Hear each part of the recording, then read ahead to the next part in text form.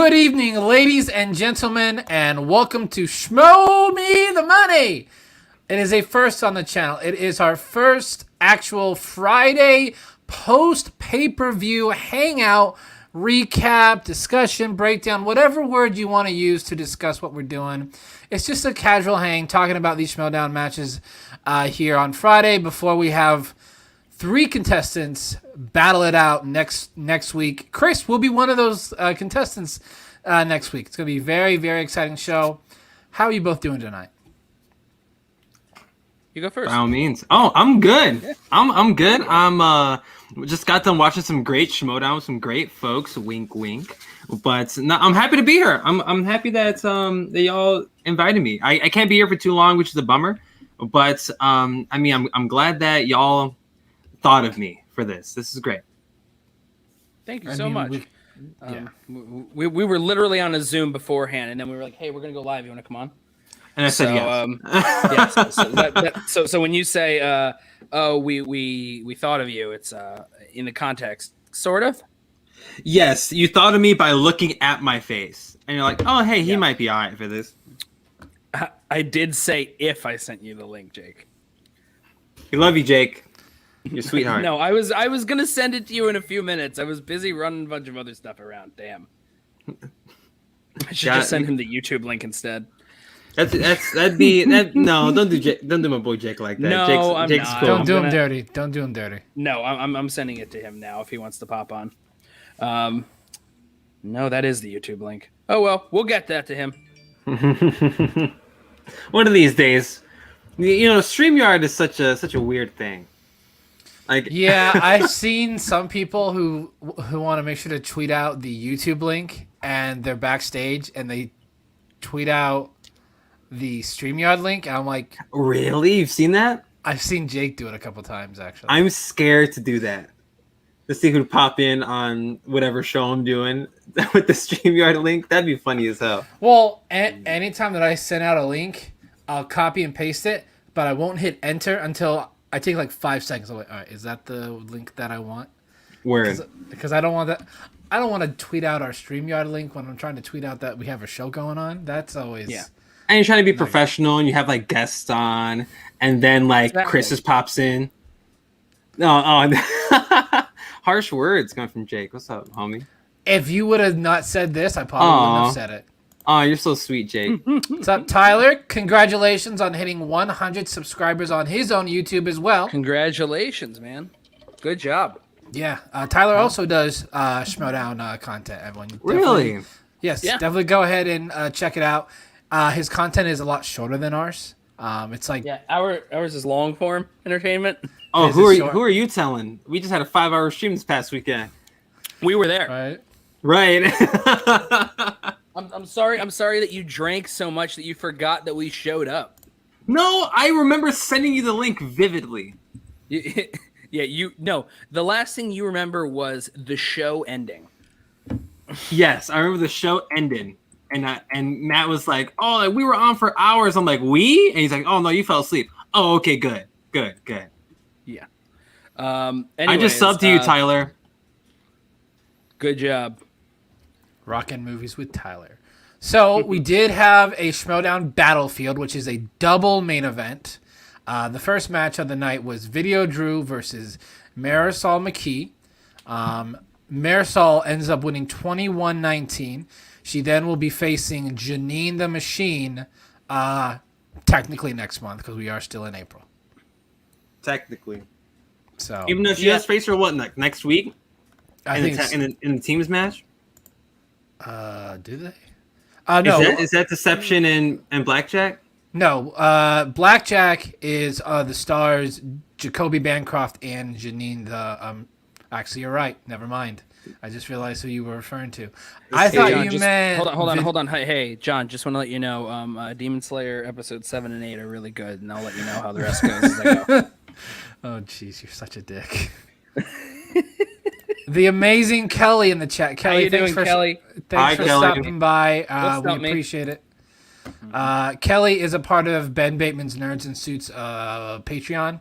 She helps with the study sessions. Her and Megs do a lot of the heavy lifting, so I am a big fan of Kelly. Meg's like champion of Schmoe Me the Money. Meg's.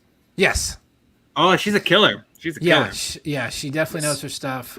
They both take a big hand in making sure that we have all the questions in the docs that are needed so we can do it. So a huge shout out to Kelly. So, Huge shout out That's to Kelly. the plan. Anyways. So they both go perfect in round 1, and they both get the bonus in round 1. Mm-hmm. What's up, Mr. Burrows? So you're welcome. Clicking everything, responding to everything. Every comment is being read. Perfect. They both went perfect, which is great, and it was great to hear the video Drew later on say, "Guys, I went perfect twice." Oh no! Who could have possibly? Hey, Jake, how's it going, my man? I think you mean Meg's of Call to Action, sir. Oh, I'm What did like you say? I said she was a champion of Schmoe Me the Money. No, I'm not talking about you, Chris. I'm only here for you.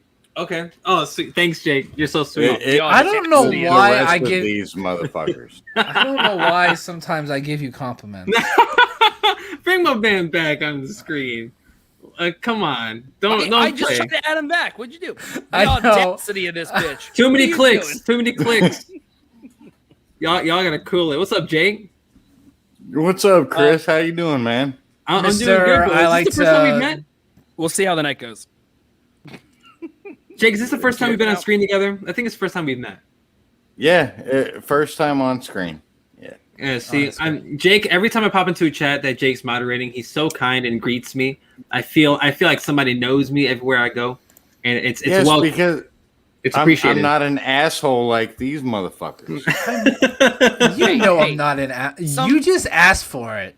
I'm sorry. Sometimes- Until you start being nice, I'm not going to be nice. Sometimes it pays to be an asshole. It's fine. Some people have to be an asshole so other people can be the nice one. Anyways, can I so we were just talking. unequivocally say fuck Jeff? I think it's what he's. I think it's what he wants us to say. Yeah. What, you thought I was going to come on here for? I was going to send you the link, and I was expecting you to be fucking nice.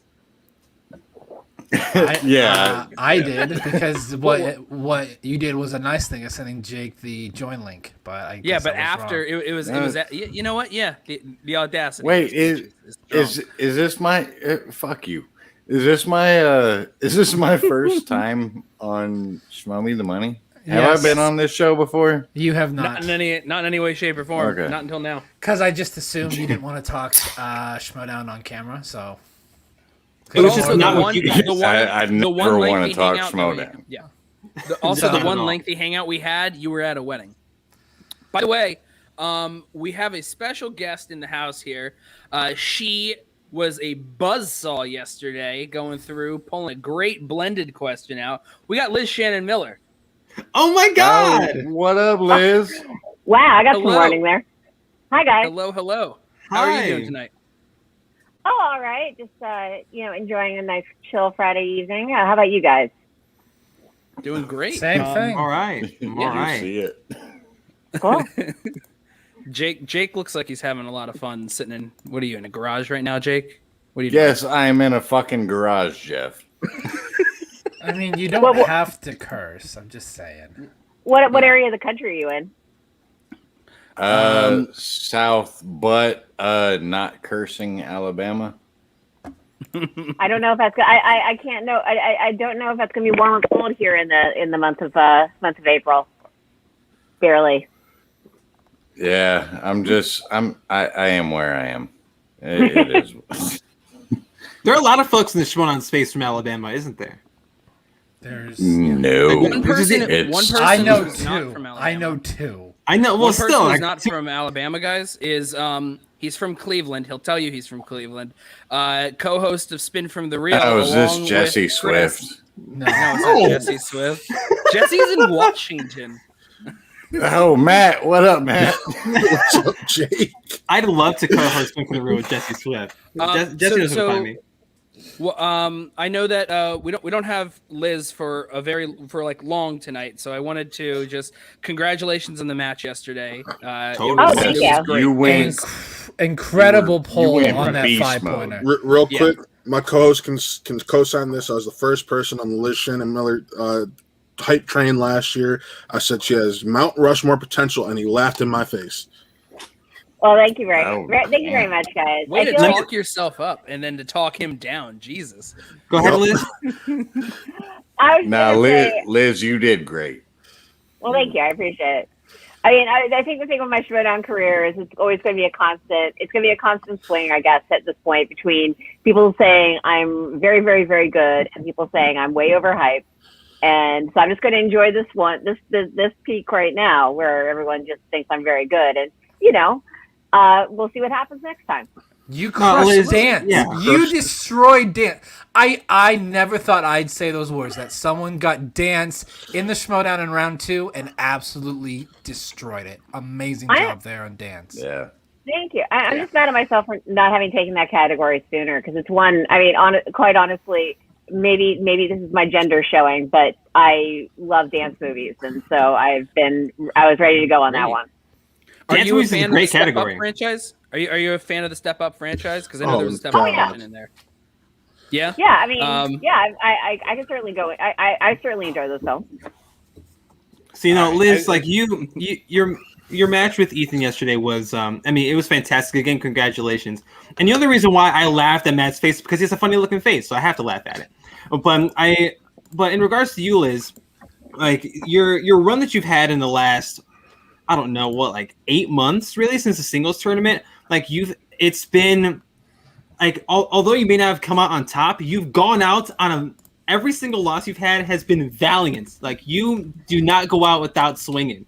And we mention it on Spin from the Reel all the time. Like that Tank Girl pull is famous, and I think we'll still talk about it in seasons to come. Like just because like a 5-pointer came so easily because of almost not, I don't want to say coincidence, but for lack of a better word, coincidence. And it was one hell of a pull.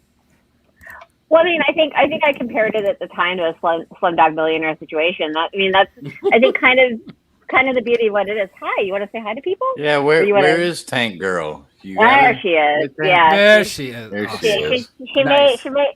Yes. I don't know if she's hunting something or if she's going to just kind of hang out there for a minute. She'll probably do that. It's one of those things where, I happen to have a cat named Tank Girl that I happen to have adopted right around the 25th anniversary of the film. But it's also one of my all-time favorite movies, and just randomly, it's one of those adolescent favorites that everyone has, I'm sure. And I'm sure, like for your adolescent favorite, if that even the most obscure one, you'd be able to pull that out of your ass. Oh yeah. Exactly. Yeah. What I think was although the better pull with Blended, I know that we keep coming back to like great Yes. pulls. Yeah. It's a better. happened. It's not just a good pull; it's a great example, I think, of seeing how a new team is able to properly communicate, like the whole back and forth, where he didn't seem to have it, but you were like, I'm just feeling this, and at the end of it, he's like, we're gonna go with your gut and do this, and it worked. And that shows, I think, like you guys have a really good communication, and hopefully that continues to propel you forward. It was really impressive, both on like an entertainment level, a sports level, all that stuff. Yeah. Yeah, I mean, I wish it. I wish Ethan and I could play in studio together, but I also don't want to do that. But yeah, I mean, it's really nice to be playing with Ethan. He's been a big part of my Schmoedown career from the beginning. There was in my first season. I think we carpooled together like more than once to tapings. It was. I don't know if that being, we would just talk to each other and give each other pointers the whole time. I mean, mostly him giving me pointers, to be clear. He is still the GOAT. So when it came to actually deciding, like figuring out teams, how'd you feel knowing that after all this time of that Ethan was like a big part of your Schmoedown career and getting in on all that stuff, that you were actually able to team up with him and work with him now? Did that feel lucky, exciting? I mean, it feels exciting. It was. I'll be candid and say it was one of the reasons why I left. I came over to the Usual Suspects. I mean, it might have been him asking me directly, "Hey, to come to the Usual Suspects," and I might have said yes. I mean, and I would have. I don't know. Like the whole. I don't think I can say that much about how this whole free agency thing worked. But I will say that the way that everything that happened around that just kind of happened, that it ended up being the right decision for me. But I still miss the hell out of the guys on Swag. I'm sad not to be on the text chain anymore. Their text chain is pretty epic. But I also understand factions are factions. But it's still very, very, very excited for my former Swag teammates, and also very excited for my Usual Suspect teammates, who are also great. And what's the biggest difference between Winston and Sam as managers, at least when it comes to you? Because I feel like, it's no secret that Winston and Sam bring two completely different vibes to managing, and with you, like I know Winston was really. He was loud. He was really bringing the life and character out of people, the personality out of people. I mean, we saw that with Ace in the Star Wars tournament last year. Like he might have won Ace the tournament, and I mean, with you in the singles tournament, I don't want to discredit you, but I bet he played a big part in those matches that you had going into that tournament and really for the rest of the year. I mean, I think they're both great managers. It's funny, like the season only really started for me like back at the end of March, and I feel like it's a really soon for me to be able to say like what the difference is between Sam and Winston. Like I know they're both really passionate about supporting their players. I know they both really care about they really care about the same sort of things I care about in the Schmoedown, like fair play and, fair play. That's pretty much all. I don't know. Fair play, supporting diversity and inclusion whenever possible. And I think, they definitely have different styles, but the differences between their styles is hard for me to describe at this point just because I do not have enough sample data. Yeah. I do have questions for you, but I'm going to save them for when we get you on call to action because fuck this channel. Wow. So, wow, Jake. Goodbye, Jake. It's been nice nice seeing seeing Wow. you. Thank you so much. all together. Like we did So something call to nice. action. The audacity of this bitch. The audacity. it's all You can it's ask all one. love. It's Yeah, all I across know. the board. It's all love. Mm-hmm. Of course. And a little bit of hate. A lot of hate. Let's be honest. That feels very Schmoedowny. Yeah, absolutely. All the after shows are also factions, and that's why we're not on Yeah, the same sections we're either. basically factions. Yeah, Yeah, but Schmoe me the money and spend but for we me, like, one are big faction. two-time award-winning journalists.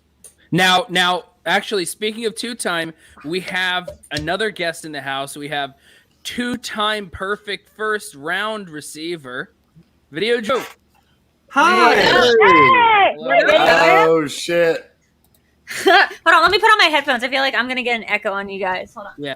Let me see if we can do something else with this thing here because this is cutting off my face at the top. Just take it off. That's the best. There we go. That's the best line of action. It cut off like now 90% it's of my cutting her hair. off. There we go. What up? What up? What up? Great. What up? What up? What Long up? time no What talk. up, Drew? Video Drew, nice to see you. It's been a hot minute. Hey guys. Hey. How you By the doing? way, we did get a Streamlabs from Miller_and_Lord. Yo, WTF, why did Video Drew disrespect us like that? Even Getz knew that question, and that dude sucks at trivia. I gotta tell you guys, it's because I've been studying a lot of Kevin Hart recently, and I could only think of the fact that they wrote Extreme Movie. That was the only thing I could think of was Extreme Movie, which is like a very like weird thing to know about them. And then I went that, and then I went Lego Movie. I'm sorry, I just never knew they did 21 Jump Street. It makes wait. sense. Yeah. Yeah, they Drew. did 21 and 22. That's are their only great. that's their only official live action. Jeff, since you they couldn't have fired off told this Solo. to her like 4 hours ago. Yeah, where were you, Fuck man? you, bro. Where was I? What happened I to don't the know. language? Oh man. It's my channel, Chris. Fuck you. Oh god. How many of y'all got those SNL questions though? Hey, Right, raise your hand. You Wait, got the hold perfect up. SNL. Hold up, Drew. Those are Look, those are hold tough, up. like 3 or 4. I want to know what the SNL questions were. Ask me the SNL questions. Mm-hmm. Oh, But you didn't know. But you didn't watch it. You didn't know what it was. I wasn't able She to didn't get a watch it. I chance was yet. I was working all Okay. evening. I'm so. Let's I'm see. sorry. The first one was what comedian makes a cameo playing like a character that's sort of herself in It's Pat. Oh shoot, that's good. That's a tough one. Yeah, So it's a character I who got- plays a character somewhat like herself, and it's Pat. like Is it named her. Katie Lee? It's just Kathy Griffin. Oh, okay. That's a tough one. So I got that one. And you got that I right. watched It's Pat 2 days ago. That movie is garbage. By the way, Like most SNL movies. Most Yeah, SNL no, movies are. it's Pat, yeah. But I just want to point this out. John Getz just wanted here apologizing for the Uh, comment he made. no, he didn't I- know you were coming on. Can I be honest? Like out of all the, like, I'm very proud of how I played tonight. You don't understand how You much should I, be. like, You Yeah, should be. You should be. I'm just, Marisol's one of these unstoppable forces. I've been like freaking out over the idea of getting KO'd and like crying during a live match. Like that's what I've been like focusing on for a while now. But like the idea that I would go perfect again in round one, the SNL movies were really, really deep. And like, I don't Right. think Marisol would have gotten them because she didn't get the steal on my pickup. So that's how tough they were. I mean, and you she's a got great player. 5 points. I mean, you Yeah. got 5 out of 8. That's not. No, it's nothing to bad. see. Nothing to scoff at. Nothing soft at, and I got that 5-pointer by the grace of God, and so I didn't get a total like blowout. Yeah. So I'm actually pretty happy compared to like what I know Marisol can do, which is Yeah. like I think Marisol just And it's scares me because she's so calm. She's so calm, and she's just. I'm like nothing seems to frazzle her. It's my hot take is I think she's actually better than Adam Collins as like a player. Like I do. I think she's probably the strongest. Definitely like the strongest in the corruption thing, and probably maybe like one of the strongest in the league. And so I think was what we've seen is that, I think she might be a better teams player when she's than he is when they're together. that's On Spin that's from the the Rail, way- he said that. Like Yeah. he's on Yep. on Spin from the Rails past Monday, he said that she carries him in teams. Mhm. I don't know if he was just being nice or if he No. meant it, but he said it. No, he's not just being nice. Like she, Yeah. yeah. So she's really strong. I was freaked out. I was terrified about playing this match. I almost tried to talk Christian out of making me play this because then on Monday I have the like some other thing going on, and like I just it just seems like You almost broke it. yeah, whatever. It's just I'm going against some tough competitors, but at least something else is gonna be fun. This just seemed like it was gonna be such a slog, and I was so scared going into it, and I'm so happy that it worked out. With like something I can hang my head pretty high with. If I'm not mistaken, you checked down to multiple choice on one Once. question, and I think you got it right. And the one SNL question you got wrong was from fucking what? Stewart Saves the World? No, Stuart Saves His Family, which is a movie that Stuart I Saves His know Family. very well, by the way. I know Oh. that movie incredibly. I can tell you Vincent D'Onofrio's the brother. I can tell you he's an Overeaters Anonymous. I can tell you get I like hadn't shot heard of on. that film until tonight. Harold Ramis directed it. It was based on a very terrible SNL sketch. They asked some incredibly the station from they asked the number station from Wayne's World, which I could only think of the scene from Stay Tuned where they are in hell and they're doing a parody of it, and it's station 666. So that was and I hate being the person that's being known as like the SNL go-to because I don't love those films, but I just the keep thing is- handing it. They haven't been like hit that much. They have the No. actual category itself, and it's just you getting them. So that might be why they're getting deeper than normal. Yeah. It's I mean, weird. look, I think after this, no one's going to put SNL on the wheel ever again because, I always thought it was a one-trick pony. I always thought you do it once and then you're done. I mean, Liz did Yeah. pretty good at it when she spun it. Yeah, that's fair. That's Yeah. fair. It's just Yeah. it's only so many movies. Oh, wait, so you want to Yeah, hear the I other mean- ones? Go ahead. Oh, yeah. I was just gonna say when I got it, I think it was maybe the first time it ever been spun. Mhm. So it was like it was fresh and new, and thus Yeah. easily The a little Virgin- easier. The Virgin Slice. Yeah, that's the same one I got with Jen Kemp. It was still like a pretty easy slice. But the last question, Liz, was in Stuart Saves His Family, Stuart is run over while the family is taking photos in front of what national landmark? Oh, Jesus Christ. Yeah, I would at the very least, I would have to go to multiple choice. So the multiple choices were, was it A, Mount Rushmore, B, Statue of Liberty, C, Hollywood sign, or D, the Grand Canyon? You know, weirdly, my first instinct, like if you put maybe answer without multiple choice, I would have probably said Mount Rushmore. So I'm just going to say Mount Rushmore. It was the Hollywood sign, and that is very confusing because how are you going to take a photo? Yeah. Yeah. Like, I know there, like, you know, you and I both live in LA. We know there are places you can see the Hollywood sign, but like to take like a family shot. Yeah. Yeah. That was my thought. I am shocked to learn that movies sometimes distort reality. Well, my thought was Statue of Liberty. No, my first thought was Grand Canyon was an option. I just couldn't think of the fourth one. And my first thought was Grand Canyon, and I went, let's go down to multiple. And when it wasn't on the list, I was like, oh no. Statue of Liberty, you can't get there by a car. You have to take a ferry. So like that's out. Mount Rushmore is a pretty good guess, but like for some reason I just wasn't seeing it. Oh yeah, and the Golden Gate Bridge was one of the answers. So I think I said Golden Gate Bridge because that seems where you get like run over by a car. Yeah, that seems like where you get run over. And Marisol, I believe, said Mount Rushmore. So yeah. Okay. And then the other question was this was the easiest one was who plays like the wife Conehead in Coneheads. Yeah, I mean that one. Oh shit! Do I actually know that one? No, it's Jane Curtin, right? Yeah, it's Jane Curtin. And then good, thank God. Did I missed one of them. Let's see. It was Kathy Griffith. Blah blah. What's the station in Waynesville? Yeah. No. I mean, it would be a K something because it's or would it be a K? No, God. And that's just a number. What number station? Okay. I mean, I think you said it like 40 or something. It's 10. 10. Yeah. Okay. Well, I see. Yeah, see that the category is now much tougher. So yeah, you did right. So yeah, and so she didn't get the steal. I got on 10. Her Kevin Hart questions I thought were comparatively like easier, but like it's still really hard to know a lot of Kevin Hart stuff. He's done a ton of movies, and to go like only checking down to multiple once on that category is pretty impressive. Was there a grudge match question? No, but there was a who directed the Upside question, which is when she checked to multiple once. And I like knew the answer to that without the multiple, and I was so happy. Yeah, Neil Berger. That was that was like his biggest movie. Who directed Hobbs and Shaw? No. It was what movie? What Fast and Furious movie? It was what Fast and Furious movie does Kevin Hart make a cameo alongside The Rock? And you're like, okay, that's right. He does make a cameo in that one. It was who plays his love interest. Yeah, and it's who plays his love interest in It Happened One Night, I think, or it's in About Last Night. About Last Night. I've seen the poster in order to get no, or you just have to know that 90% of movies before Tiffany Haddish existed were him and Regina Hall. Yeah. And then the last one was who was his co-star in Ride Along? Oh yeah, what music icon or what musician? Co-star. Mr. Ice Cube, of course.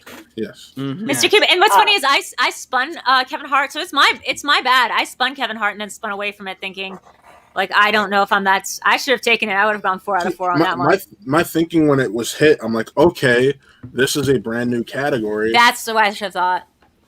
And I was like, it's going to be more surface level. But here's also my thought is that I know she put Spike Lee on the wheel. If I was her and I'm really good at directors and somebody else, and like the one thing that people have seen me fall on my face during, besides round 3s always, is that time in Teams with Denzel. So if I was her, I'd be thinking, you know, any actor or director of color is somebody that like a person doesn't want to look bad, like flunking a category in front of. So she might have put Hart on the wheel and just studied up on Hart. That's something that I would probably do if I was her. But something also tells me she didn't do that, and she just knows Kevin Hart movies really well. Either way, I should have taken the slice and been less of a coward about it. I could have done better. But either way, you still did really well. I mean, yeah, congratulations. Thank you. Thank God I pulled out that 5-pointer. Thank God. With ease. It's because quiz show before we started studying together. Like it was me and Trevor and Chris Ingle, and there was about 5 times the question came up: who plays the older guy, like version of Noah in The Notebook? And every time, 5 out of 5, I've said James Brolin because I was like sure it was Josh Brolin's dad. So like the last time, it just really stung and stuck that it was James Garner's, like that's his last name. So James Brolin is a dude. That is Josh Brolin's dad, and he is an actor. It's just not the dude from The Notebook. I will say that this is amazing to me because in 2019 I went to Video Drew's house and she said I will never fucking study for the Schmoe I down. know. I'm such a- No, I believe what I said was I will never be the person that makes note cards to study for the Schmoe, and that is still true. I cannot study off of note cards. That's not my process. My process was for this match. Those cards are. Yeah, that's like boring to me. My process for this no match, cards. honestly. Go ahead. I was going to say no cards are for total losers and weirdos, and I don't know anyone who does that. No, I certainly did. I certainly didn't spend an afternoon of my life sitting down and writing down all the best pictures. Liz, that's why you're better. That's why you're a better player than me. But the thing is, make the note cards. I don't study them. That's the catch. You have to actually study them once you make them. I think note cards made me angry when I was a kid. Like, I don't like the idea of like, oh, flipping it over and like that's the right answer. It's like just having like an asshole friend, like just being like, no, the right answer is on the other side. Like, so that always pissed me off. So like, so you mean what I I did read both pieces of paper? Okay. No, like I have to flip it around. And it's like you're wrong. Like, no, I don't like that sensation. So what I do is for this match, because I know that she's very good at Meryl Streep. Like I know that about her. And she's put it on the wheel a couple times. I read Meryl Streep's biography. So I was like, oh, so like that way I, in my mind, can put stuff that happened that Meryl Streep was doing like at certain eras. Like, oh, she was with John Cazale before he died. That's when they made Deer Hunter together. And, you know, like that's all this happened. And then she did Kramer versus Kramer. And Dustin Hoffman slapped her in the face and made fun of John Cazale's death to try to get a reaction out of her. And, you know, blah, blah, blah, blah, blah. That was in 79. But the thing is, the biography ended after 81. They were like, and then she made French Lieutenant's Woman and the end. Like, and she went on to win a bunch more Oscars. And I was like, what? Hi, Maxwell. The amazing Maxwell. Hey, what's up, Maxwell? So I know everything that happened in the areas Drew, of 70. Drew, I'm still calling bullshit. You said I will never study for the Schmoedown. It's true. You know, people can change their minds, right? No, he's right. He's right that I did flex about how much I didn't care. Like I liked being on camera, and sometimes I wonder if this wasn't the better, more healthier approach to life. But like I liked being on camera. I liked answering questions and seeing if I knew them. I liked having a partner that was just really good. And then I just thought it was weird that people spent all this time, like, you know, like I would watch Smets, like, and Parker do these things with the note cards and like their training habits and putting on earphones and listening to questions read out loud. I just thought that seemed so intense. And like, I'm not a competitive person.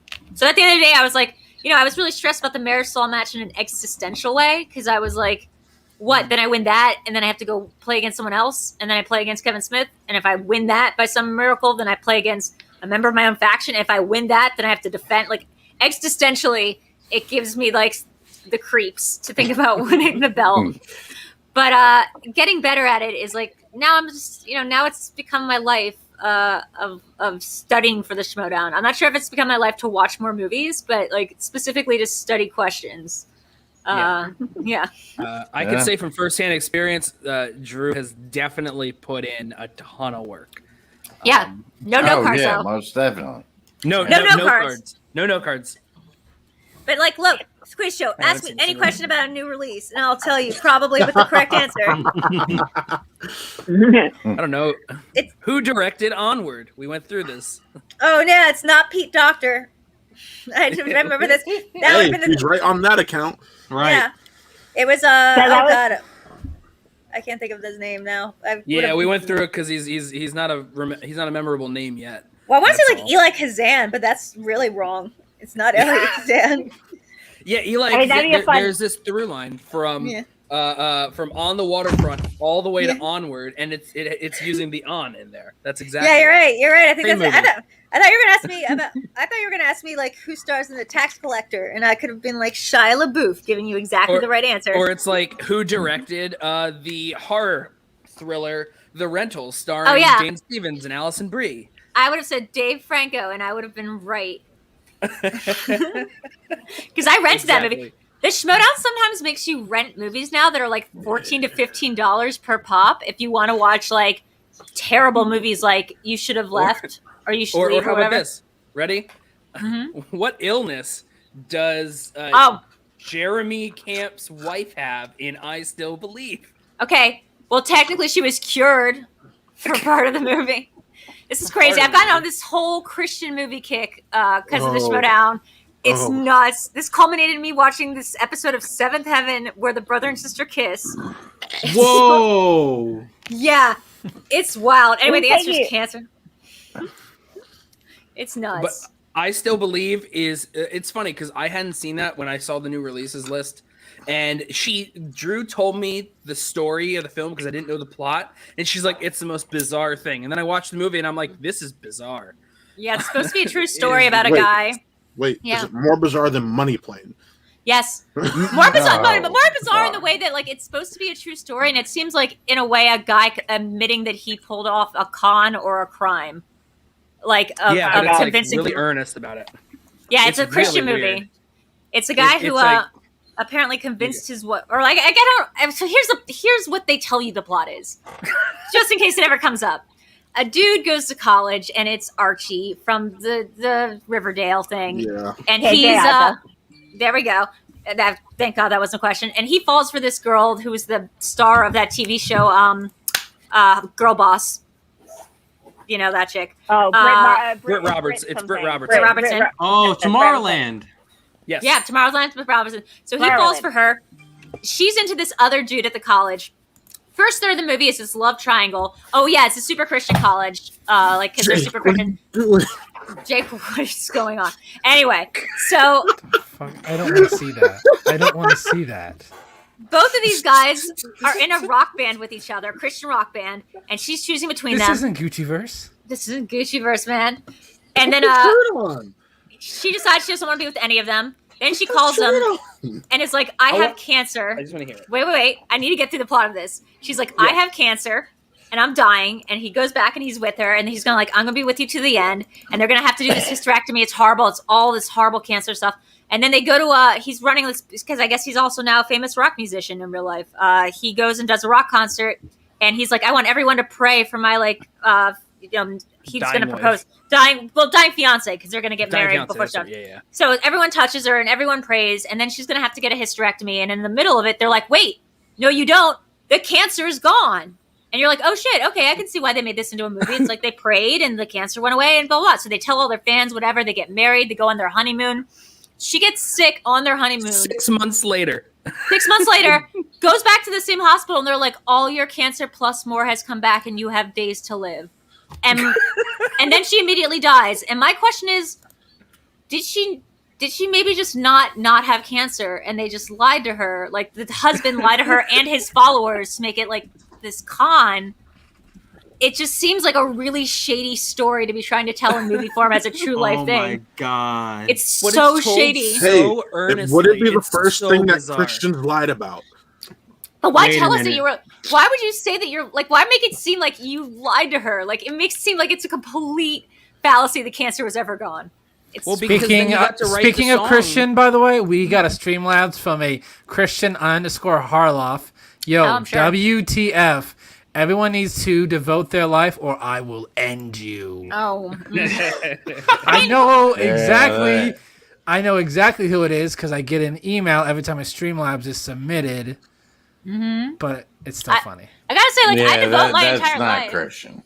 I Yeah, I devote know. my entire life to this fucking thing, but less about like the knowledge part and more about like stressing about the interpersonal relationships of it and like drama that's going on and various things that people are. I live with the editor of the show, so he's always Who, by busy the doing way, stuff. he subscribed while you've been on screen. Oh, thank you, Eric. He's been liking and retweeting our stuff since we Yay. started. but the not best. until you came on screen did he actually subscribe. Yay! Can I be honest?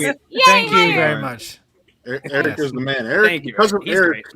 our StreamYard over at Watt Real Entertainment is paid for the next 2 months. Oh my Yeah, God. thanks, Nerd Chronic. I love you so much. Oh, you didn't hear about good this. plug. I love you Drew, too, you Nerd didn't- Chronic. You didn't hear about this, Eric, Drew and Liz. We were doing after the free for all. There was a hangout stream after we did our hangout stream where we had Ben and we had Kaiser and we had Sabrina on. Then we went over to Matt and Chris's stream on Spin from the Reel. It got and weird. And it got real weird. It got super weird, and it was like everyone was very drunk. Okay. And it's like Like Jake, PLD, like Jake PJ, right now. I wasn't there. I know, was but you're not drunk part of now. that. yeah. Wait, but what? thank you, Eric. Yes, I Nerd thank you Chronic. very much. So then they don't have Streamlabs set up on their channel, and then PLD and PJ was on as well, and they were arguing about trivia and Oh, stuff. God. And then I had mock matches saved from other things, and we agreed if they could raise $100 through Venmo to Matt, then since they didn't have Cash App or Streamlabs, Venmo. Yeah. Cash Cash App or Venmo. That's so shady. What are you, my drug dealer? Like Cash App or No. Venmo? That night we were, Thanks yeah. to the man in the corner, we will have a Streamlab by Yo, by just Monday. zell it to me. By Just the use way, mine. it's so easy to set up. You probably don't even need mine. just Carrier use pigeon. Snapcash, guys. Use Snapcash. It doesn't even keep a trace. Just Um, Apple but- Pay but- me. Apple Pay me. I only take But doggo they, coins. So they did it, fuck and they said, "Let's do that." They put it in the chat, and then Eric immediately Venmoed Matt $100. Oh my God. I almost won 100. Oh, that's so sweet. That's why, heart, all the heart Yeah, shit. You know what? And also, mad props to Eric, who's had to deal with me leading up to this match. I don't want to give too much of a peek behind the scenes, but it's definitely I've known about it for more than 2 days. I'll say that. And for the amount of time I've known about it, I've been the worst person you've ever met. Because no matter what you tell me, I'm just yeah, but I'm gonna fucking lose. So why does it even fucking matter? I don't want to fucking do this. I don't want to have to do this thing. I don't want to have to go against Marisol. She goes perfect. I don't want to have to do this. And he's well, he'd be well, think positively. Maybe you'll win. I'm maybe. That's so much faith. Maybe faith. And then nothing that anyone says made me feel better. It was impossible to be with me. I'm Like pretty faith, sure that like the KJ Apple movie. Oh, Yeah. Like he had faith. Hold on. Yeah. Liz raised her hand up there. Yeah. Hi. I just want. Sorry, I didn't want to interrupt. I kind of need to get going. You ruined my joke when you put your shirt back on because I was going to say now that the evening has become clothing optional, I'm going to take off. No. But, I can Take take off it what? back off. No, that's all right. No, Jake, no.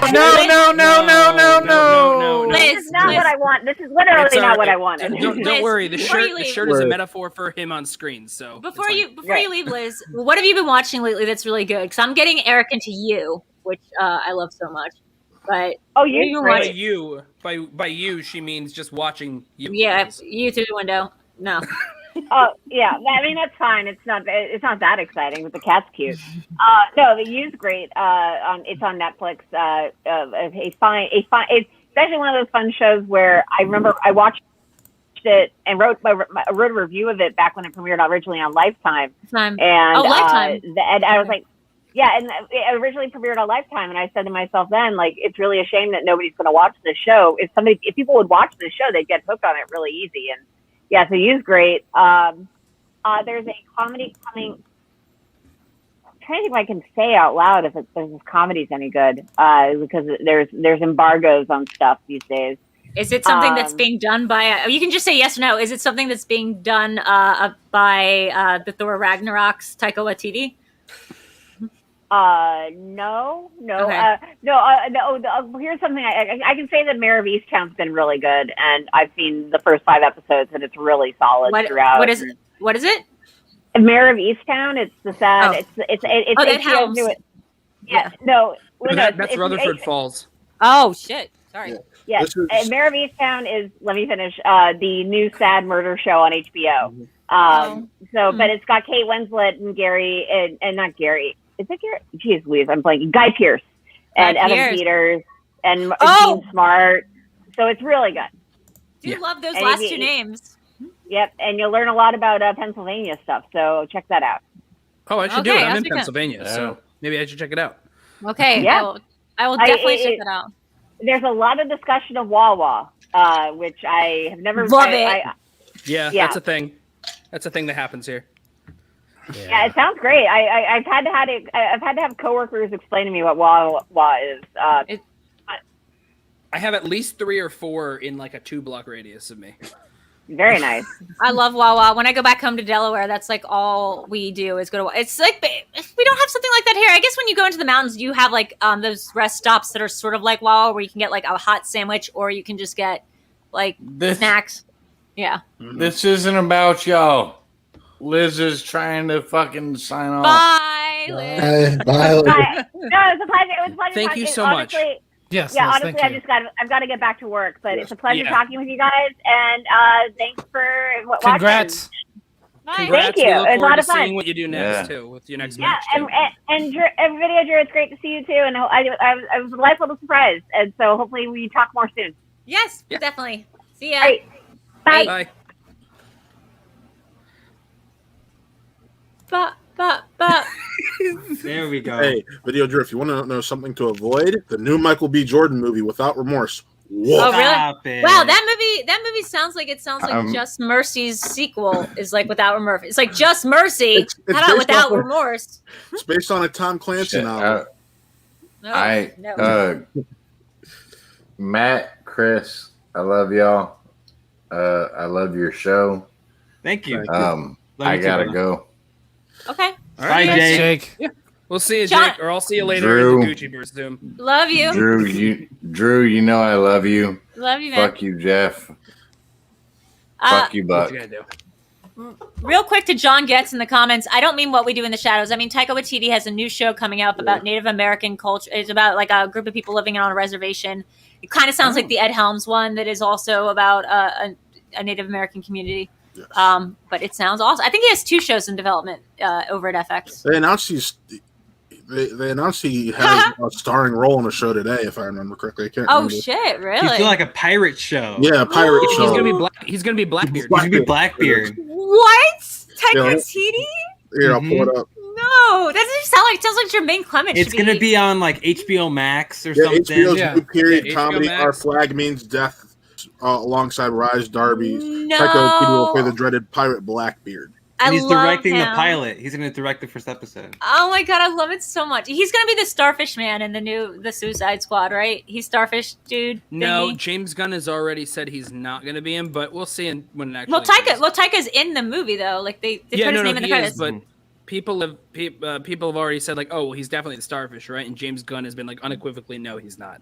And I That's feel liars. like but I feel like James Gunn, he's the kind of person who's so open about everything. I don't think he's gonna pull like The wool over your eyes. Christoph Waltz, I'm not Blofeld, or like a J.J. Abrams saying Khan is That's or not like, the not movie. Khan. or like MCU just saying the movie's not going to be called Endgame. Like Yeah. the movie's not going to Yeah. say any words Right. that have been being said in the last Marvel movies. Exactly. Yeah, I mean, but it's the MCU, so they. Oh, sorry, it's not the MCU. Oh, it's the DCEU. I don't know if they lie to Yeah. me or not. I don't care. It's- I A don't. lot. They lie care. a lot. Whatever. I can't And I mean, trust like- anyone. Yeah, they promised me that we would get the black and white Zack Snyder thing, and then that hasn't happened yet, or maybe it We got has. I it. just We got it. No, Okay, we well, got it. turns The out I people that just care don't about that care. got it. Yeah. Yeah. I try to make a flex, but it turns out I just don't really care for that thing. It's that all whole right. thing. A lot of people don't. No, it's not. It's not because I don't care for Zack Snyder over the other one. It's just because I don't find a lot of the DC characters inherently super fascinating. I recently went on a Superman run watching the first 2 Christopher Reeves movies, and like that got me into it a little bit more. But like Superman's too powerful. Like I don't care what he does because So he's a winner. if you like the first 2 Superman movies, I would say Mm-hmm. go check out CW's Lois and Clark. That is actually very good, surprisingly. How are you going to make a man who can do everything interesting? Like he's They just too good. DC succeeds at it. Okay. When it comes In the to television format, yes. right. The best part it's- is Gene Hackman. Just full stop. So what they do for Lois and Clark is They're like, what problems can Superman have? Well, he's got teenagers who are starting to learn. He's got kids. Oh, what, they give him kids? They gave him. He has twin boys, and it's actually really damn interesting. I really want to see Invincible. I started watching it, but then the Schmoedown happened. I'm 3 episodes in, so I'm right there with you. I'm like, so here's the deal. Yeah. Episode 8, the season finale, just dropped today, so you can just binge the whole thing now that you get to have like a little break from thank the God. sheer amount of studying. I don't. It's a lot of fun. But I mean, like in general, like. At least a little bit of a brain break, and it's really good. I think it's really fun. It's really interesting. It's a nice twist on a lot of comic book stuff. I feel like what it is I'm the exact same place you are. It must be like one of those things where it's like you get to episode 3 and people don't realize they're hour-long episodes because we paused it exactly there, and we were like, it's so good, but we don't have time to delve into it. Yeah. So I'm a college student. So with Captain America, or excuse me, Falcon and Winter Soldier. Mighty Ducks. You had it right the first time. Yeah, I know I did, but the show up until that last frame, and all my schoolwork, Mighty Ducks, all the reviews and stuff, whatnot I do, it's like I don't have time for all this. Something's also he's a writer for the FCL too now. Oh, nice! Good, great questions recently. Sometimes I'm watching the FCL and I'm like, why can't someone should hire me for that league? I would slay in the FCL. I would just kick butt. That's the point of the FCL. Yeah, that is. I know, but I love the feeling. It's like when I get the perfect first round. It's just such a good feeling. Like that's why you do it, right? When you got the perfect first round, I was like, yes, I'm fist pumping through you, going past like. Just rooting for you through. That's all I do when I try to prep myself for a match or get myself psyched, especially for one that was going to be this hard. That I knew that there was really, I mean, there's always a chance you can win, but this Marisol is so much better than even people give her credit for. She is so good. She's great. She doesn't seem to have any weaknesses. So I was just like, I got myself psyched by thinking, just get the perfect first round. You're not even playing against her. You're playing against yourself.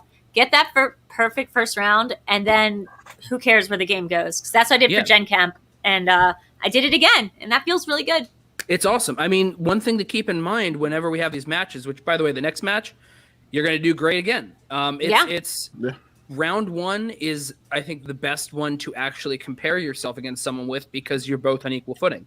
You're getting the same questions in the same amount of time. Everything else is all based on chance, partially. So I mean, it's like, you can woulda, coulda, shoulda your way through round 2s or 3s all the time. And that's what I do in my head. I just lie in bed and just woulda, coulda, shoulda, if this has gone differently, if that. This one, I just didn't know Chris Miller and Phil Lord, and that's going to bug me forever. It's going to bug me forever, but I didn't know it, and now I do. But round 1s, it's just what do you know and how good do you know it? And not only did I know it, but I knew the questions before they were finished asking like the first half of them. Hell yeah. Which was awesome. Yeah. As Eric pointed out, it's because I didn't listen hard enough to think about the movies Wyatt Earp or Father of the Bride Part 2. But still, it counts as knowing. No, like you did great there. It's funny because like this year they've definitely been focusing, I think, on making sure people listen to the entire question before they're allowed to, including when it's a steal. Because I'm like, we're playing along, and as soon as they said what famous musician, and I just go, what famous musician in the Kevin Hart thing, and I immediately go Ice Cube. Yeah. Well, I was thinking maybe exactly what they were going to say. I thought they were going to try to trip her up and do the Jay-Z movie, like his first movie, which I'm not sure even had a big theatrical release, but it was Paper Soldiers. And that was a Rockefeller production. That was like Jay-Z. Right Nice. Yeah. So I just that was like, could have been a good pull, though. Yeah. Interesting. So I should have been smarter about that. It really could have cost me in round 1 because I didn't listen to I listened to the year, and then I thought Kurt Russell and Westerns, and I was like, Tombstone bitches. And then for the one that was like, what comedy has Steve Martin and Diane Keaton? I was just like, didn't even need Martin Short. I got Father of the Bride. As Eric then pointed out later, it could have been Father of the Bride Part 2 very easily because I didn't listen to the tagline part, but it just wasn't. So I was very proud of myself. The same, but also the one thing that definitely helped was you heard the year. I guess technically I heard the year. Yeah, they said 91 at the beginning of the question, so yeah. So like it was technically before all that. It was said out loud, so my brain heard it. But like, did I? Did she focus in on it? I think she's No. saying no. I No, think it I doesn't matter because you got the right answer on it. Yeah, man. And So- that last one, that Whoopi one, was hard. I had to Yes, just go it off of was. Eddie. I It's just funny wish- because like they're running through that, and then they said Teenage Mutant Ninja Turtles, and I'm like, she's in a movie with reptiles, and then my mind immediately went to like Theodore Rex for a second there. Yes, but that wasn't theatrically released. It's the most expensive straight-to-video movie that's ever been made because it was supposed to be really? released. Yeah, because it was supposed to be. Yeah, I did a whole Whoopi Goldberg thing for Rotten Oh, wow. Tomatoes, so Wow. some most. Gotcha. And I just know because we had to take that whole part out. It wasn't a theatrical release. Yeah. Real quick, Chris, I know you got to get going here, so Right. thank you so much for popping in. Thank you. Go Bears! Yeah. You drafted my QB. I'm proud of you, boy. Damn right. Thank you guys so So- much for having me on the program. Video Drew, it was a pleasure to meet you. Pleasure to meet you as well. And congratulations on your match. Although you didn't come out like with the W, you still had a really good performance. I can't wait to see more of you, Video Drew. Thank you so much. I can hang my head pretty high for this one. Yeah, Yeah, you this was a kicked good- ass today. Yeah. Thank you. All right, thanks, All right, y'all. See you, Chris. Bye. See ya. I Later, Mr. would have liked to Lopez. attract Patrick Wilson in the comments. I don't know what this was in reference to, but Lie to Me was a good show with Tim Patrick Roth. Gibson. Lot of me here. was a Yeah. fantastic show. Yeah, that was They're a show where making he a could new read one. Michael. No, Wait, no, really? No, never mind. I'm thinking of a totally different show. My bad. That was like during the period of time where like the detectives have magic powers, but like each one has a different kind of like mental like mood disorder or something, and they also have like a magical ability to do something. Like the Mentalist. Like the Mentalist, like Psych, like Monk, like House, which would be the forensic version, but for doctor stuff. And then Lie to Me was he could read facial expressions, micro facial expressions, so he could tell like if you were lying or whatever, which seems like it would be really really helpful. But then his interpersonal life, of course, was garbage. Mhm. So You know what I was mixing it up with? I was mixing it up with Gabriel Byrne in the show In Treatment, also good which show. is being redone or a sequel series or something with Uzo Aduba, I believe. Oh my as the God, new- she'd be as great. the new one. Oh, hello, Chris Clark. Who- Chris Clark? Who Jeff and I are going to Looking- whoop in Mario Party next week. Yeah, we're gonna Nice. I think we're picking up Mario Party for this. I'm picking up Mario Party for the Switch tomorrow, Chris. So I'm looking forward to the offshoots for the JCN family game nights. Yeah. That'll be fun. So yeah, Uh, I think the thing about these the one you just said In Treatment, I never watched it because me neither. I feel like my own therapy when I would go to therapy was like probably really boring for people to listen to. So I imagine watching a show about other people talking about their problems. I guess which is all television. But What's it just seems crazy like is boring. I'm pretty sure the show was on for like a year or something, and several years. they had like over 100 episodes or something, or close to 100 episodes or something like that. It's on for a couple And years. they just had it. They had it Monday through Friday, every day of the week. They'd air an episode, and In each Treatment? episode was a different patient. If In Treatment, really, I feel like Yeah. I don't remember that. I've never seen it. I know that he had I'll a take your word therapist. for it. Yeah, but that's like pretty cool. Yeah, that's like very like that was on HBO, I believe. But that's very basic cable of them. That's like Lost and all those shows that were on for like there'd be 55 episodes a season as opposed to Marvel doing like 8 episodes a season. I I'm kind of like the new so model. thankful. Yeah, I like the new I'm model. I'm so thankful of the shorter season. I mean, we hear issues of like the people who actually get hired on now, and like how it also is a way that like people get stuck in contracts and they're not able to do as much work because they're in these other things. But like for the actual storytelling side of it, at least it feels like it works so much better now. It streamlines it, but still gives you all the extra content to it. Because like the CW shows are what, like sometimes they were like 24, 26 episodes. Which I will say this: I'm glad that most of the CW shows this year are only getting like 16 or 18 episode seasons because the stories have been more streamlined because of that. Like that's partly why I've liked Superman and Lois so much, because I'm like, this shouldn't work, but it does, and I'm really intrigued. It's because we don't need D and C, like D and E and F plots. Like I think what Falcon and Wilson Shoulder did really well, and even then it dragged when we got to the boat stuff. Hot take, not even that hot of a take. There's like like we just need the A line. We just need the A story. We need the main people, and we need their main issues. I could have used a little bit more Zemo and what was going on with him and dancing. But like shows have really pared down on like the idea that we need to hear about like everyone's sister's cousin's breakup in like a show. We don't need these padded out episodes because we don't have the order requirements to fill a season. Patrick Gibson, you're not focusing on. There's not 50 episodes of Riverdale, and that is Chris and I will both defend that show as a guilty pleasure. I need to watch it right now. I watched Riverdale. I got a season and a half into it, and I was like, and that was when I was watching all the CW stuff. And at that point, the first season's good. The first season's good. The first season is weird as shit, but I was down for it. Right. And then I kept watching, and then I was watching all the CW stuff. Worse. And then it got to the winter break, like the winter finale, and then there was the break before all the shows came back, and then they all came back, and I'm like, you know what? I don't need Riverdale. Life's too short, so I never went back to any of them. Quick, Joe, I can tell you this. No, I don't want to hear it. No, I was gonna say it got more interesting because I don't care. This year they did a time jump, so I don't care. That's made it interesting. I agree. It's shit, but I still watched it because I was invested. I was just like, hey. I watched it too. Oh, I watched through season 6, I believe. I watched every season of Arrow, and let me tell you, after season 2, it's Season 4 is rough. Season 4 is rough. Everything after I'm all season 2 down for is seeing rough. Cole Sprouse get fake murdered. Yes, that was good. That was good.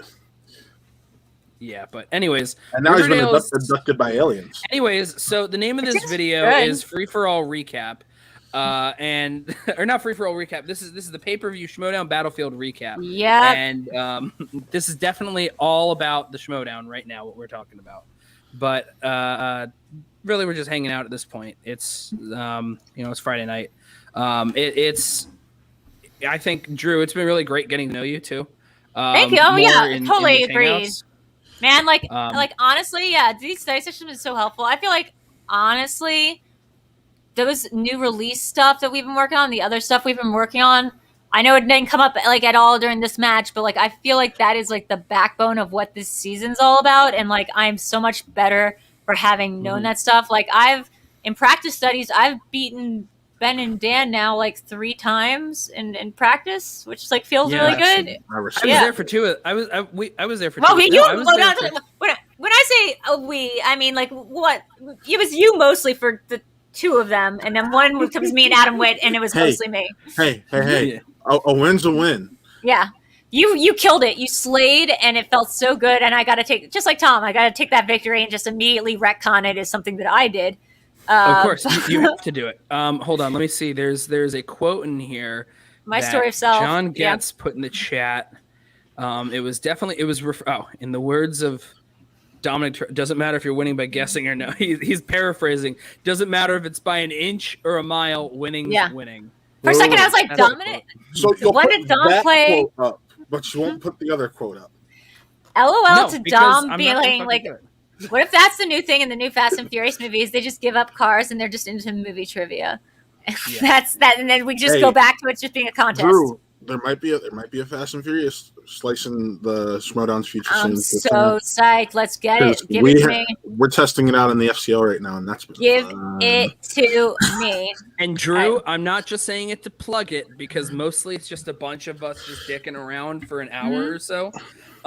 If it does come on the wheel and you want to become a slice or a strength too, check out our show, The Family Show, which I told you about it. We do a recap, and one of the big reasons why, all right, fine, yeah, you beat me because I got 2 different questions about fucking Boolio and Star Wars, an uncredited appearance by Mark Hamill, and also I was fucking wasted. So I don't get the families. Y'all are so deep.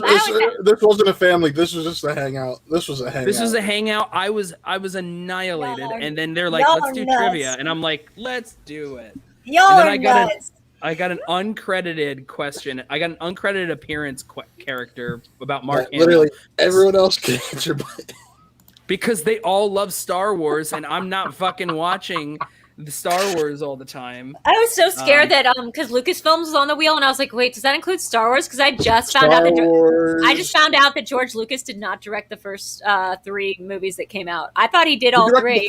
He directed the first one, but not 2. Let's see if I can get the other 2 names. It's Larry Kasdan or Lawrence Kasdan is the writer of him. Yeah, he's the writer. He was the writer. Yes. And then Mark Marquand is the is it Robert Richard- Marquand? Richard Marquand directed and Return of then the Jedi. Return of the Jedi. yeah, the third one, because his name sounds Asian to me, but it is French. Yes. And the second one was some other guy. Irving Kershner. Oh yeah, his name sounds like something you make up behind a door when you're like knocking and you don't want to say who you are. And they're like, "Who is it?" And they're like, "Irving Kershner." It doesn't sound like a name. Yeah, Irving Kershner. I will say in the this. chat. Hello, Brad. How Yeah, you that- doing? No, I will say this. A lot of people will tell you, depending on who you ask, that George Lucas actually directed episode 6 because he had to be on set every day because that's how inexperienced Marquand was. I just don't understand why that's not something I know. Like, how's that not more like canon that he didn't direct the second two in the original trilogy? Most people know that because most people consider those the best two of the three. That's crazy. I had no idea until like last week. Yeah. So we got another Streamlabs from Bulio. Oh, nice. It just says hey. It just says hey, Jeff. Hey, Jeff. Fuck you, Julio. I'm gonna go Garza- into the PayPal account and I'm gonna see who it's actually credited to. Take I'm a gonna block wild you from the guess. channel. Who has been? Wait, hold on. Is it take a while guess or is it take a while gets? Take a while. Get nice. I see what you did there. Yes. Get it? Gets it? Yeah. Yeah, I think Jeremy Miller has the right idea. It's not just that like Lucas. It's like Lucas took control of the whole thing and made it pretended like he rated it all. It's that they need more recognition. Like Irvin Kushner needs to be as famous of a name because he did the better movie, and Richard or whatever Marquand, Richard Marquand. The whole I bullshit. get he did the prequels, but they suck. Lucas. It's But that's the thing. it's like. This is why the prequel sucked because Yeah. people love the original 3 so much, and 20th Century Fox was afraid to tell Lucas no. But here's the thing, like that's what I didn't realize it. That makes total sense now why the prequels sucked. It's because George Lucas wrote and directed them, and he doesn't have a good idea about what this franchise is. He made a good first movie, and then other people wrote and directed it. Well, so he was credited on the story for all Great. of them. You know what that means? It means you created the original the throne-like chair. You carried that idea. You created Luke Skywalker. I would push back on that and say there's a documentary you can watch on Disney Plus that actually covers the time span of the first 3. I mean, I'm sure he had a hand in it. The thing is, I just don't think his version of the hero's journey, which I know he's really into because I watched the Man with 1,000 Faces or whatever. It's like the Siddhartha journey thing. It's fundamentally interesting to a certain point, but that's not what makes Star Wars good. I agree. We love Star Wars because of other reasons besides Luke's trajectory. This right here is my whole. Yep. This is how I feel about him. Thank you, John. Can Garth. tell a Yeah. great story. Yeah, Empire Yeah. of Dreams. That's right. I think that's exactly right. That's why the wooden performances in the prequels, because he's just kind of like go be. And you know what? In another world, maybe I understand why Hayden Christensen is a good Actor.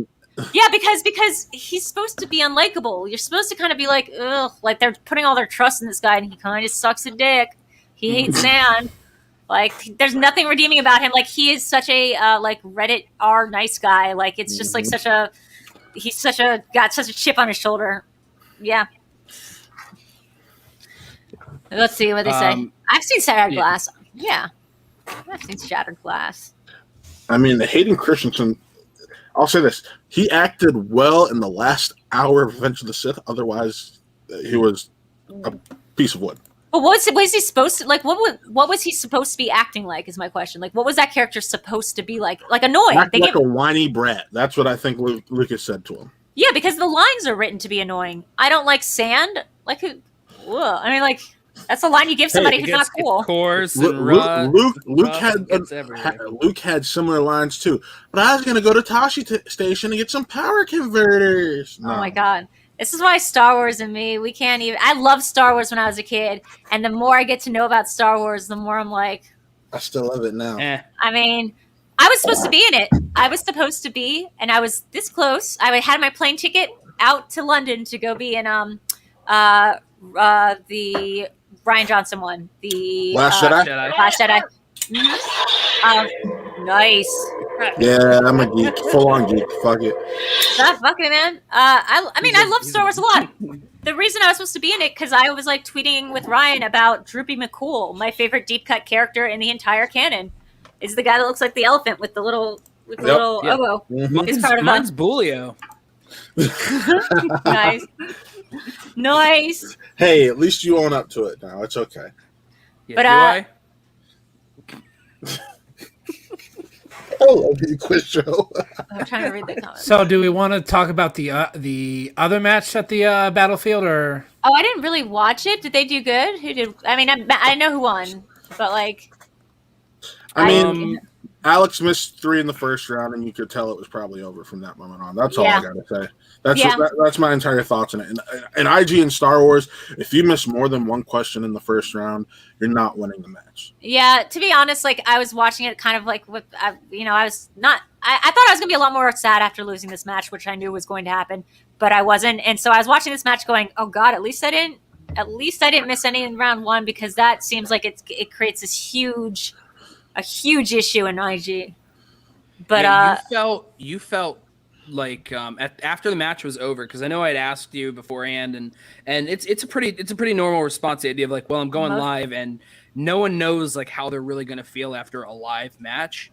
Oh yeah, and you seemed like so positive. I'm like, oh cool. Even if she's not able to like be on for whatever reason, I was just psyched that like you just seemed like you were going to be able to walk out of there just still like head up high. You did a good job. You should still be proud of yourself. I mean, I drove myself crazy over this. Thank you. And you know what? Like, it was also very important to me because I double clicked it. I'm playing. Whenever I play another woman in this league, it's always been really important to me. It's been important to me with Janine. It's important to me with Jen Kemp. It's important to me with Marisol. That like I reach out ahead of time and we have like a little chat about something, like a little bit that we want to do in the game, or like just something to remind ourselves, because like it's always really hard to. Even when people mean well, like I saw one of the Facebook things where like 2 of the fiercest female competitors go head to head, and like I don't want to be that person who's like triggered by anything, but I'm like, it's there's like one step away from being like a cat fight. Right. So and that's not on the audience to like change themselves or be woke or be better, but that's on me to like make sure that the narrative, at least between me and the other competitor, is like aware. Like I've been told by managers, don't talk to the other person, keep it icy, make sure you have your game face on before the match. And I try to do that, but like not for other female competitors, because it's already so hard to be a female competitor in this league, and going against another woman inevitably becomes fans fighting as if you guys are doing Jello wrestling. So I'm glad I talked to Marisol like about a couple weeks ago, and we worked out a little bit of going to court thing, and I'm really glad I did, because it kind of also like humanized her. I loved it. I thought it was great. Drew, I do have a question for you, because I know a while ago you called out the Rager Rick Radis. That's what I want to play next, and of course, this Friday he's the next live event. Oh really? I didn't see that. Really? Chris can announce it at the end of the show. Nom nom nom. Who's going to be his opponent? PG, Peggy Govins. Oh, hell yeah. That's going to be a match I'm going to tune in for. Which, by the way, speaking of just saying PG, Peggy Govins, she's great. Drew, have you gotten a chance to watch the film PG Psycho Goreman? Yeah. No, but that sounds like a lot like her name. It's on Shudder. Yeah. It's on Shudder. It sounds like it's exactly the kind of movie that's up your alley. It's a horror comedy type film about like, imagine like a Power Rangers monster villain came to Earth, and it was going to murder everyone. But then a little girl gets to be able to control it and make it like her pet. Oh, so sort of okay. That sounds cool. This does sound right up my alley. Is this made by anybody like famous? It sounds almost like it sounds like a trauma film. It's like a trauma film. Stupid. Yeah, it feels like a trauma film type thing. It's the exact kind of film that I've listened to like critically acclaimed with Bibbs and Whitney, and it's the exact kind of ridiculous, bizarre indie horror comedy thing that Bibbs and Whitney like think is like one of the best things of the year. Like that kind of crazy thing. Well, look, I'll definitely check it out. I don't know how current we're going to go when we do the horror free-for-all thing that's just been announced, but like that sounds like something that might be on might be on Yeah, there. I don't know if it's not on the new releases, so I don't think that it'll be on there. Should be. But that would be great if it was on there because it is an insane movie. Yeah, wait. There have been monster imagery in that movie. Yeah. That I don't think I've seen in another movie before. Oh, I'll have to check that out, but not before I watch Paddington 2, a movie that I really want to see and now is trending again because everyone on Twitter and the universe is like, watch Paddington 2, please. And I'm like, do I need to watch Paddington 1? And they don't respond because it's like a collective hive mind. So here's the deal. I adore Paddington, and Paddington 2 is my favorite film of 2018. I think it's one of the best films of the last decade. I think that Paddington, I think you should watch the first one just because it is a wonderful, wonderful film. But also because, yeah, there's some good stuff that gets you into it in order to, I guess, get to know the characters a little better for Paddington 2. But I just want to know Hugh Grant. Like that, I just want cutscenes of whatever Hugh Grant's doing. Hugh Grant should have been nominated for an Oscar. He was nominated for a BAFTA award for Best Supporting Actor. He should have been nominated for an Oscar for that kind of comedy role. And the best way to describe... Yeah, go ahead. The best way to describe Paddington 2 is if Wes Anderson directed a Pixar film.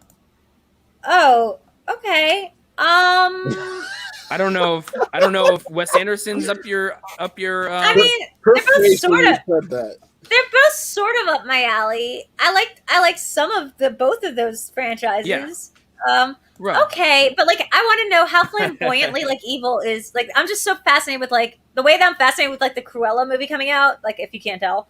Like I'm fascinated with what kind of bad guy Hugh Grant is in this movie. Like, is he a flamboyantly like crazy bad guy, or is he like sneaky? His name's Phoenix Buchanan, and he's about as flamboyant as that name. Oh my god, I love it! I will watch hold that on, movie I'm gonna pull up some images of him. Yeah, I have a GIF on my. Yeah. Yeah, like for instance, if I can get like, oh come on, I just want to zoom in on his image. I don't need everything to like take forever to load. This is not what I wanted. Here. So like for instance, this is what he looks like on this is what he looks like in the film. Here. I have a GIF on my Twitter right now that looks dope as hell. They're taking a little bow together, him and like the bear. Is it one of these narratives where like okay, let's see. Look at him. Yep. That's exactly what he needs to be. And not only that, he's like these are his disguises in the film too. What? He does disguises?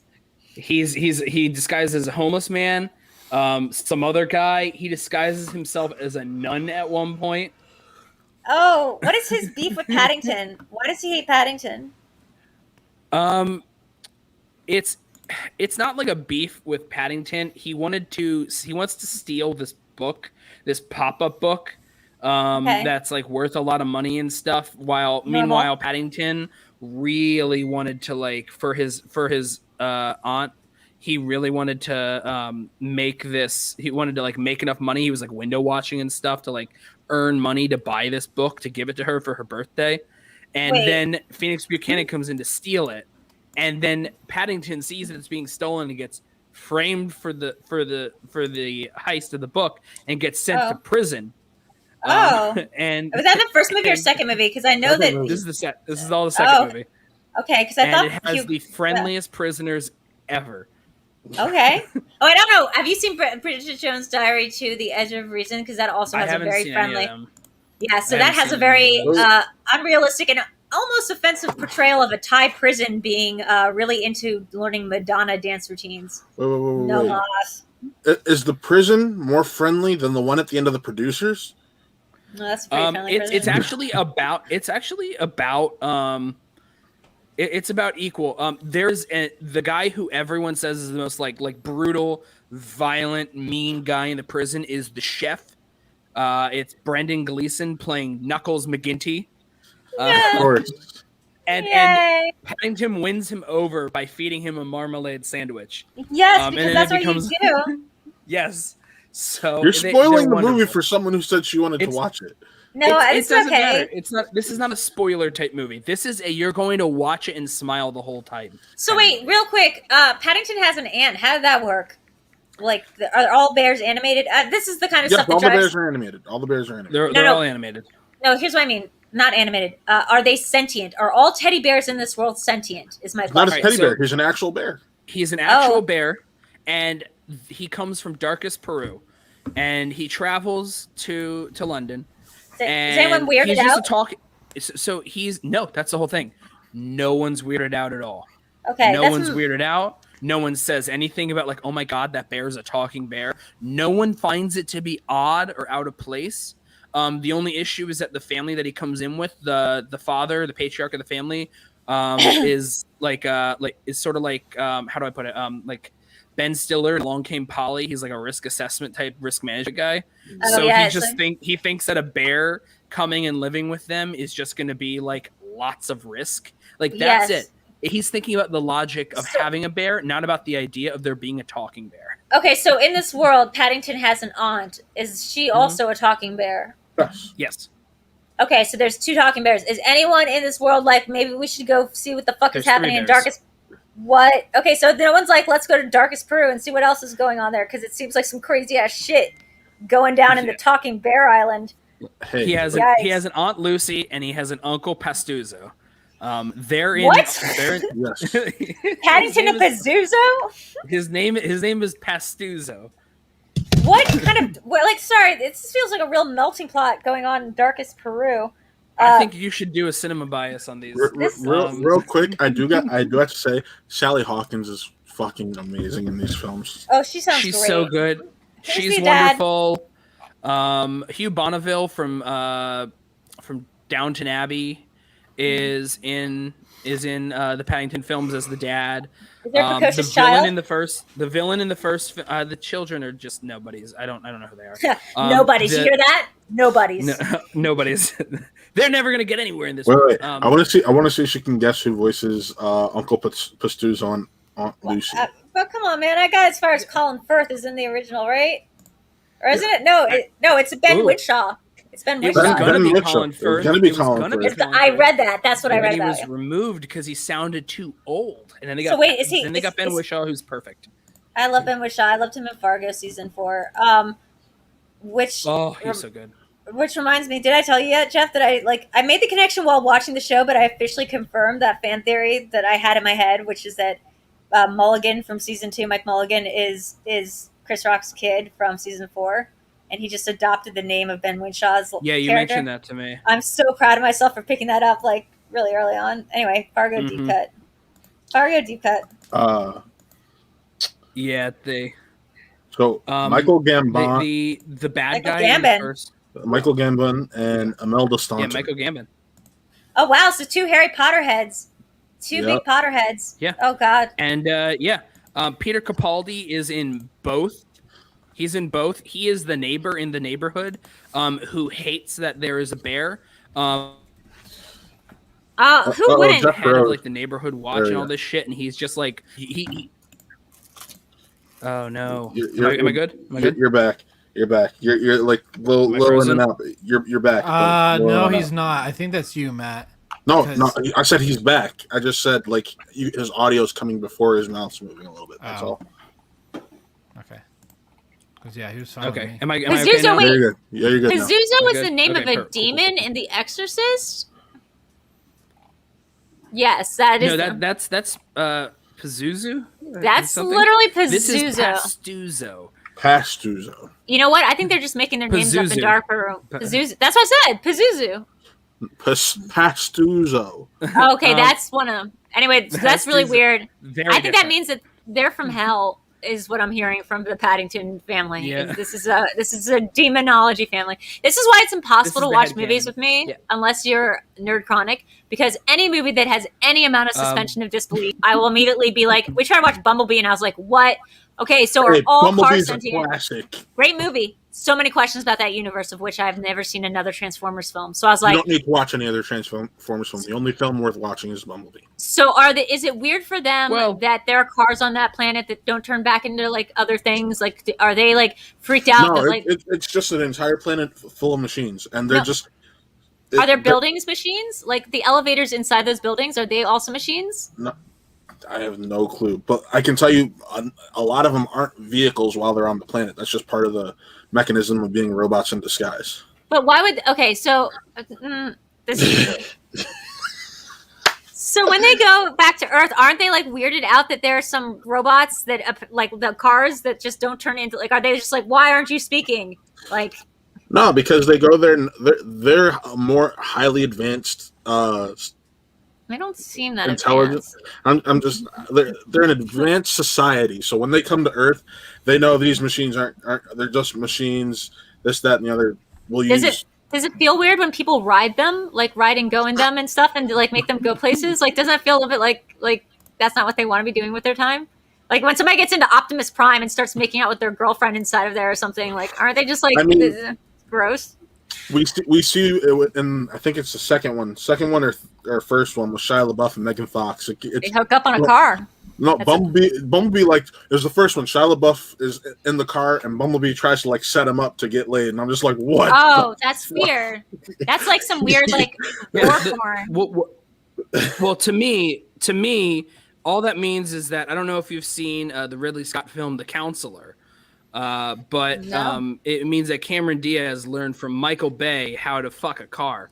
Okay. Because there's a whole scene in The Counselor where Cameron Diaz fucks the top of a car. I thought she was the Haley it's Steinfeld was gonna obvious. fuck Bumblebee. I thought that the story was leading up to her fucking the car, and I was like, okay, like that's an interesting concept. She seemed like her in the car really hitting it off, and then she went off with that neighbor, and I was like, it's weird. It feels like you should hook up with the car. It feels like that's where this narrative should head. If they're so advanced as a race, as a species or whatever, then why do all the bad guys have the dumbest names? They sound like weed. They sound like different types of weed. You're like Shatter. I'm pretty sure that's all of the character names in this, because they probably were come up with when everyone was high. Yeah, but Shockwave, yeah, Megatron, Dropkick, fucking Chumbawamba. Like, Hold on, Patrick. Drew, this is why I wish I Can got you to talk confirm to you which more after really movie do you scared need to that watch day. still? I still need to watch. What is it? Hey, flip my gas cap open, baby. If there's a movie, I think it is Southland Tales, directed by Richard Kelly, the guy who directed Donnie Darko. It is a batshit movie. Yes, it stars it is. everybody, but there's a scene in there where you're watching a commercial and the cars start fucking each other, and it's pretty cool. And the rock stars in it. Yep, I made Eric watch it the other day. I haven't watched it. I haven't watched this movie since it first came out. So I plan on still watching this con cut version. Yeah, that's how I was saying. Watch the con I bought cut. the Arrow thing here. I hope it makes more sense. Because the original, like, you can tell that there's some stuff that cuts out, because at the very last 5 minutes, you see a shot of Janine Garofalo in a crowd, like, saying, yay, with everyone. You're like, well, she's not been in this movie. So, like, she's not a character that we've been introduced to. So there's clearly more stuff. It feels like he created a good world. Our friend, I believe AJ Lancaster of What the Show, he said, I think, like, Southland Tales is like part of like a 5-part story that Richard Kelly came up with, and Southland Tales was like part 3 of the story or something. That is true, absolutely. And I know this to be true because my dad owned the graphic novel that he came out with after the movie, because he was like, oh, like, people should understand like where this is coming from. But I'll be honest, movies narratives need to stand by themselves, and you can't just start your movie at like number 3, like in the franchise. Like, you gotta pick a lane. Agreed. People that are just like, when they're like, oh, we don't care about this thing in a movie or whatever, and they're like, yeah, but in the comics it's this. I don't care about the comics. Tell it to me in the movie. Honestly, because I'm like, I don't think it's any lie. Like, I'm a huge David Lynch head, and we call ourselves Lynch heads. Let's just say that is the thing. And like, there's some of his movies that like I didn't think held up when I first watched them, like Inland Empire, that I rewatched now, and I'm like, oh, in the larger context of what he did with Twin Peaks: The Return and stuff, it actually is like a shared universe. But he's not gonna like try to tell you that. Like, the movies stand for themselves, and they're just weird and they're artistic, and like, yeah, if you put time and effort in, you can sort of start to see a larger picture. But he's not gonna like rely on some idea that like, oh no, you're not getting it because you're not a completist. No, you need to make your thing entertaining. What did David Lynch say? He's like, I gave you. It's like, no, this is the complete. This is like all the pictures. Yeah, like, I gave you the complete puzzle. I just took away all the clues or something. He hates talking about his movies. Like, yeah, they're like, he's like, so the Eraserhead's your most spiritual film, and he's like, yes, and he's like, would you like to expand on that? And he goes, no. No. It's like my favorite GIF ever. Did you No. see when? Did you see when he when he was like, I have a major announcement tomorrow, and then Yeah. the next day it was like, I will continue to report the weather. Yeah, I think. So wait, we haven't had a chance to talk yet. And by the way, I'm gonna have to go in a minute or two so I can. Yeah, that's fine. Whatever. But rewatching Inland Empire, I'm like, oh shit, this is Twin Peaks: The Return setup. This is all the setup for Twin Peaks: The Return. And Jeremy Irons is in it. I'd forgotten about that. It's so good. I hated it when I first saw it. I'll Now check I it see out soon. Yeah. So, But guys, thank you so much for coming through. Thank Yeah, you so thank much you. for having me. It was nice to talk to you again. I know we got to get you on Spin from the Real soon because I loved talking to you when you're on Really Scared the one day. Oh, well, thank you guys. I will see you guys later. Have a good one. Yeah, Thanks, Video absolutely. Drew. Thank you so Bye. much. See ya. Bye. So anyways, this is no this longer was- a Schmoedown Battlefield episode. All right, to recap, tonight's matches were Video Drew versus Marisol and Alex Damon. I mean, no, Versus Mike Kalinowski. we did talk about her match. We just didn't talk about the second match. We did with her. We basically Yes. just said, yeah, Alex missed 3 in the first round, and then that was the match. Mike went perfect. Yes, he did. So, That's he it. almost got. He was 2 points shy of getting all possible points because he checked down once and then he missed a steal opportunity. But Mike looked pretty good. I'm very excited to watch him take on Mara for part 3. Yeah, I'm very excited. Who, as of right now, not saying predicting, obviously we'll wait until that happens. Who are you hoping wins that match? Mara. Yeah, Mara. I want Mara Okay. to defend. I want Mara to be able to defend. We know that defending I has want been a very her difficult to thing. get her revenge. I want her to get her revenge. That's ultimately it. Yeah, I want and Mike has been around. He's gotten everything, but also like Mara's just this like Mike is this crazy screen presence, and he's embraced the heel to the point where it works so well today. Him as a heel, but like man, he yes, it needs to be does. defended more. It's and Mara's so easy to root for too. She's so funny and like the knowledge she has and everything she's also gone through and everything. It's also like easy to root for her, especially when you have such a heel guy on the opposite side. Mike is great. Mike is going to kill it. I'm hoping that Mara kills it a little more. Yeah, I think it's gonna be. It's definitely gonna come down to the 5-pointer again in an IG title match, without a doubt. Yeah. So we got another Streamlabs from Hermione Ooh. Granger. Keep up the good work, guys. One of these days, Brandon, I will get my Harry Potter trivia match against you and kick your ass. Love you. Thank you, Ashley. Thank you, Ashley. Oh, Buck, you can't beat me in Harry Knew Potter it. trivia. I don't expect you I to knew it. beat anyone else in Harry Potter trivia. Have we ever wow. tested it that you can beat me? And I would bet money on it. that was rude. let's see. I guess any parting thoughts tonight, fellas? No.